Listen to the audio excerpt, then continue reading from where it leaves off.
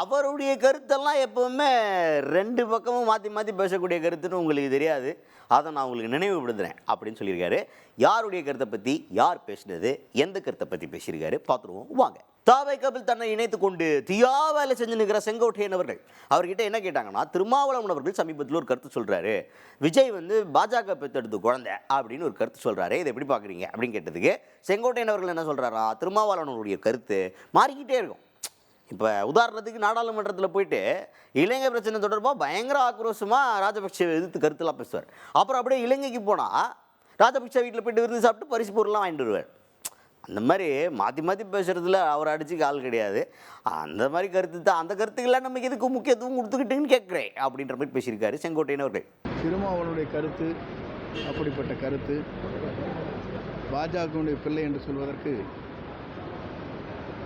அவர் நாடாளுமன்ற உறுப்பினராக இருந்தபோது வெளியே ஒரு கருத்தை சொன்னார். இலங்கைக்கு சென்ற உடனேயே ராஜபக்சா வீட்டிலே விருந்தை சாப்பிட்டார், அங்கேயே பரிசு பொருளை பெற்றார்.